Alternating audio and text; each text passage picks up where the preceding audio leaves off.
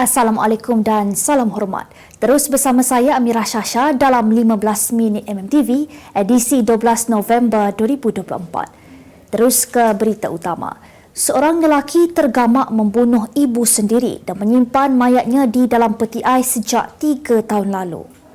Difahamkan suspek lelaki berusia 50-an membunuh wanita berusia 80-an itu di kediamannya yang terletak di Jalan Hujan Abu, Kuala Lumpur pada Mac 2021. Mangsa yang mati dipercayai akibat dipukul itu meninggal dunia sebelum dibalut dengan tuala dan plastik dan kemudian diletakkan di dalam peti ais tersebut. Suspek bagaimanapun membuat laporan polis hari ini dipercayai akibat kehabisan wang simpanan selain mempunyai masalah kesihatan yang kronik. Sejurus laporan polis dibuat sekitar pukul 9 pagi itu, sepasukan polis bergegas ke lokasi kejadian dan menahan suspek. Sementara itu, tinjauan Kosmo di lokasi kejadian mendapati terdapat sepasukan polis membuat kawalan di lokasi kejadian. Selain terdapat satu peti ais di luar premis berkenaan, dipercayai tempat mangsa disorokkan. Kerajaan hari ini mengesahkan kad pengenalan akan menjadi kaedah pilihan bagi pelaksanaan penyasaran subsidi RON 95. Menteri Ekonomi Rafizi Ramli berkata, melalui mekanisme dua harga bagi bahan bakar itu, ia akan berkesan mengawal peningkatan kadar inflasi apabila penyasaran subsidi dilaksanakan. Meskipun pakar ekonomi berpendapat kaedah bayaran balik secara tunai lebih berkesan, Rafizi menjelaskan kerajaan memilih menggunakan kad pengenalan kerana ia lebih berkesan menghadapi inflasi dan tidak membawa kepada kenaikan harga barangan. Katanya lagi, pengapungan harga minyak RON 97 dan pelaksanaan cukai barangan dan perkhidmatan GST oleh kerajaan sebelum ini membuktikan inflasi menjadi tidak terkawal dan keadaan itu akhirnya membawa kepada kenaikan harga barang. Pegawai Kadet Akademi Latihan Ketenteraan ALK Universiti Pertahanan Nasional Malaysia UPNM yang terlibat dengan salah laku jenayah seperti membuli dan mendera boleh diberhentikan daripada tugas. Menteri Pertahanan Datuk Seri Muhammad Khalid Nordin berkata, selain itu mereka juga berisiko dibuang daripada pengajian selain perlu membayar semula segala tajaan dan allowance yang telah diperuntukkan oleh Kementerian Pertahanan Malaysia MINDEF. Beliau berkata demikian ketika mengulas mengenai insiden pegawai kadet yang didakwa di mahkamah kerana mencederakan juniornya menggunakan streka wak panas serta kejadian melibatkan seorang pelajar tahun 1 UPNM yang didakwa dipijak senior bulan lalu sehingga mengalami kecederaan parah. Dalam perkembangan sama, beliau menegaskan tiada keperluan untuk pihaknya merombak pentadbiran ALK dan pihaknya akan terus menjalankan siasatan berhubung apa yang berlaku sebelum ia dibawa ke fasa tindakan yang seterusnya. Sementara itu, ketika diminta mengulas mengenai cadangan pelantikan warden asrama di ALK dari kalangan Pesara Angkatan Tentera Malaysia, beliau berkata masih tiada keperluan untuk berbuat demikian. Perdana Menteri Datuk Seri Anwar Ibrahim menggesa masyarakat antarabangsa bertindak segera untuk menyingkirkan Israel daripada Pertubuhan Bangsa-Bangsa Bersatu PBB. Kata beliau menerusi satu hantaran di Facebook, kesan itu bukan saja untuk rakyat Palestin secara khususnya, malah demi kemanusiaan sejagat. Terdahulu, Anwar menyampaikan kenyataan negara bagi pihak seluruh rakyat Malaysia di sidang kemuncak luar biasa negara Arab dan Islam di Riyadh, Arab Saudi dengan mengakui bahawa keadaan yang dihadapi dunia Islam dan ummah pada saat ini adalah yang paling sukar dan begitu mencabar. Namun katanya masih terdapat usaha berterusan yang dilakukan bagi mencari titik noktah kepada segala keganasan, kemusnahan dan kesengsaraan yang dihadapkan kepada warga Palestin. Mengulas lanjut, Anwar berkata adalah penting untuk menggandakan usaha membantu membangunkan semula Gaza daripada kehancuran. Buat pembaca yang meminati cerita seram, anda boleh dapatkan koleksi kisah seram terbitan Utusan Malaysia dan Kosmo dengan harga berpatutan, iaitu cuma RM25 senaskah. Untuk pembelian, anda boleh melalui laman web shop.mediamulia.com.my sekarang.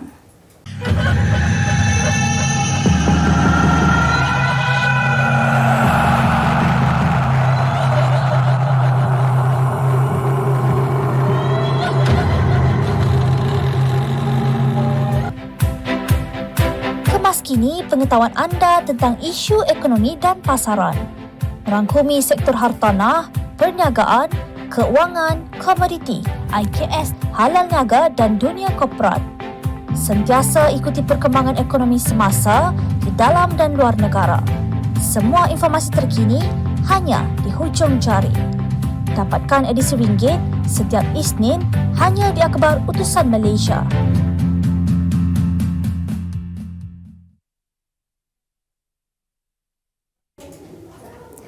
Kita kembali lagi.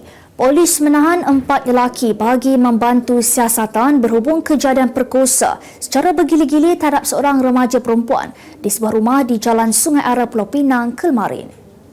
Dalam kejadian yang berlaku antara pukul 2 hingga 4 pagi itu, mangsa yang berusia 14 tahun disyaki telah diperkosa secara bergilir-gilir oleh suspek yang berusia antara 20 hingga 24 tahun.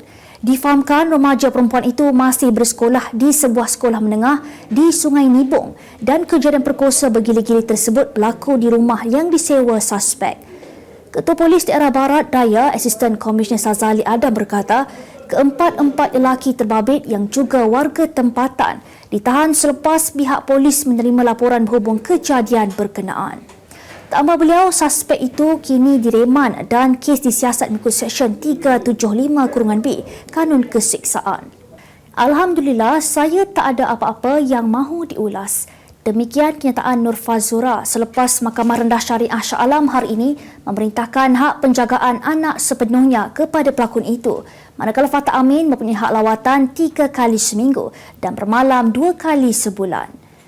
Menurut peguam yang mewakili Fatah iaitu Zulkifli Yong Azmi, persetujuan mengenai hak penjagaan anak mereka Fatimah Aisyah yang berusia 4 tahun itu telah pun dilakukan sewaktu proses penceraian awal Oktober lalu. Tambah Zulkifli lagi, sekiranya terdapat pelanggaran dalam perjanjian hadanah tersebut, mereka berhak melakukan prosiding penghinaan mahkamah. Terdahulu Fatah Amin atau Abdul Fattah Mama Amin, 34 tahun, sah bercerai talak satu dengan Nur Fazura Sharifuddin, 41 tahun pada 7 Oktober lalu di Mahkamah Syariah Petaling, Subang Bestari. Beralih ke berita dunia. Sebuah klip video tular di media sosial mempamerkan seorang wanita mengelar muka penumpang menggunakan pisau di dalam sebuah gerabak kereta api transit aliran masa MRT di Taiwan. Kejadian berlaku sekitar pukul 10.10 malam waktu tempatan di stesen Jiangxi Chui pada Jumaat lalu. Rakaman yang dimuat naik di platform Threads oleh akaun Chin 86 menunjukkan suspek yang dikenali sebagai Wang menyerang seorang pelajar sekolah di dalam kereta api. Orang ramai terkejut apabila melihat wajah pemuda tersebut berlumuran darah. Wang bagaimanapun segera dikepung oleh seorang pegawai keselamatan dan beberapa penumpang lain ketika dia cuba melarikan diri. Seorang pegawai polis berkata suspek baru dipecat daripada pekerjaannya sebagai kerani sebelum kejadian tersebut berlaku. Suspek ditahan atas cubaan membunuh dan diserahkan ke pejabat pendakwa daerah New Taipei. Berbola hitam misteri yang ditemui terdampar di sebuah pantai di Australia baru-baru ini dikenal pasti sebagai sisa kumbahan manusia yang bercampur dengan bahan kimia dan juga dadah. Penemuan mengerikan itu berlaku di pantai Coogee di Sydney pada 15 Oktober lalu dan Majlis Perbandaran Tempatan pada mulanya mempercayai bahawa gumpalan hitam itu adalah kesan daripada tumpahan minyak atau pembauran. Menurut laporan Perbadanan Penyiaran Britain, sekumpulan saintis di Australia mendedahkan bahawa ia terhasil daripada minyak masak, bahan kimia, dadah dan najis manusia. Seorang profesor dari Universiti New South Wales, John Beef berkata, analisis menunjukkan bahawa berbola itu bukan terhasil secara semula jadi. Sebaliknya berpunca daripada najis manusia dan berbola itu berbau busuk serta sangat menjijikkan. Utusan Malaysia dan Cosmo melancarkan satu lagi produk terbaru. Apa yang ada dalam Iklaneka? Ia adalah platform yang tepat dan efektif untuk mengiklan antaranya pelbagai jenis notis, cartan kosong, hartanah, tender, kenderaan, mencari wali atau waris dan pelbagai lagi. Apa yang anda cari? Semuanya ada di sini. 2 dalam 1. Layari Iklaneka, theutusan.com.my. Kita kembali lagi terus ke berita ekonomi. Harga kenderaan elektrik EV yang mahal dan faktor keselamatan seperti kereta mudah terbakar menyebabkan Malaysia masih jauh mencapai sasaran jualan yang ditetapkan oleh kerajaan. Pengasas Persatuan Pakar Keselamatan Jalan Raya, Jamil Manan Supri berkata, kenderaan EV yang diimport sepenuhnya CBU biasanya dikenakan kos yang lebih tinggi berbanding model pemasangan tempatan CKD kerana melibatkan duti import dan kos pengangkutan. Jelasnya ia menjadikan harga EV kurang kompetitif di pasaran tempatan sekaligus menghalang ramai pengguna daripada beralih kepada teknologi hijau berkenaan. Terdahulu, Timbalan Menteri Pelaburan, Perdagangan dan Industri MITI, Liu Chin Tong berkata, Malaysia masih jauh daripada sasaran jualan 20% EV menjelang 2030 seperti yang ditetapkan oleh kerajaan. Perbadanan Tabung Pendidikan Tinggi Nasional PTPTN meluluskan 3,951,404 pinjaman setakat 31 Disember tahun lalu. Menteri Pendidikan Tinggi Datuk Seri Zamri Abdul Kadir berkata, jumlah keseluruhan pinjaman yang dikeluarkan adalah sebanyak 71.3 bilion ringgit. Sebanyak 2,716,110 pinjaman sepatutnya telah mula dibayar balik dengan jumlah keseluruhan 32.29 bilion ringgit, jelasnya dalam jawapan bertulis di laman web Parlimen hari ini bagi menjawab soalan Ahli Parlimen Labis Pang Hok Leong mengenai jumlah keseluruhan hutang pelajar di bawah pinjaman PTPTN setakat tahun 2023. Tambahnya, kemudahan pinjaman PTPTN adalah terbuka kepada semua warga negara Malaysia yang mendapat tawaran ke institusi pengajian tinggi awam, institusi pengajian tinggi swasta dan politeknik dengan memenuhi syarat kelayakan masuk yang ditetapkan oleh Kementerian Pendidikan Tinggi tanpa ada kuota atau peruntukan khusus yang ditetapkan tertaluk kepada syarat-syarat lain yang ditetapkan. Kita ke berita sukan. Persatuan Bola Sepak Malaysia FAM memandang serius insiden pergaduhan yang berlaku di antara pemain Johor Darul Takzim JDT Arif Aiman Hanapi dan pemain Perak FC Tommy Mawat Bada pada perlawanan Liga Super di Stadium Sultan Ibrahim kemarin. Timbalan Presiden FAM Datuk S. Siva Sundaram yang juga pengerusi jawatankuasa pengadil FAM berkata, kedua pemain boleh dikenakan hukuman atau tindakan lanjut biarpun mereka hanya dilayangkan kad kuning oleh pengadil perlawanan Razlan Joffrey Ali. Tambahnya, jawatankuasa penilaian prestasi pengadil FAM juga akan duduk berbincang untuk meneliti rakaman penuh video insiden berkenaan bagi mencadangkan tindakan lebih lanjut. Siva Sundaram turut menasihatkan para pemain supaya dapat mengawal emosi ketika di atas padang kerana tindakan mereka itu hanya akan mendatangkan masalah kepada diri sendiri jika dikenakan tindakan atau hukuman.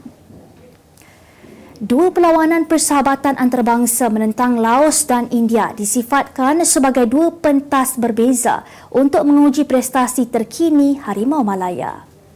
Pengendali skuad kebangsaan Pau Marty Vicente berkata, aksi menentang Laos di Bangkok Khamis ini lebih kepada persiapan untuk Piala AFF 2024 yang akan berlangsung bulan hadapan. Sementara aksi berdepan India di Hyderabad 18 November depan pula boleh dijadikan sebagai persiapan awal bagi menghadapi kempen kelayakan Piala Asia 2027 Mac tahun hadapan. Kemarin, Vicente telah memanggil pemain Kuala Lumpur City Zafri Yahya dan Fazrul Amir Mat Samad daripada Kelantan Darul Naim bagi menggantikan tempat Natsu Insa dan Mukhairah Ajmal Mahdi yang digugurkan ekoran masalah kecederaan. Sementara itu, perlawanan menentang Laos menjadi peluang terbaik untuk Zafri membuat penampilan bersama Harimau Malaya dalam perlawanan rasmi selepas sebelum ini tidak mendapat peluang untuk beraksi meskipun berada dalam skuad berkenaan. Sebagai penutup 15 minit MMTV hari ini, saksikan laporan cuaca esok Rabu 13 November 2024. Jangan lupa dapatkan akhbar utusan Malaysia dan Kusmo untuk berita-berita terkini dan menyeluruh. Sekian sahaja daripada saya, Amira Shasha. Assalamualaikum dan jumpa lagi.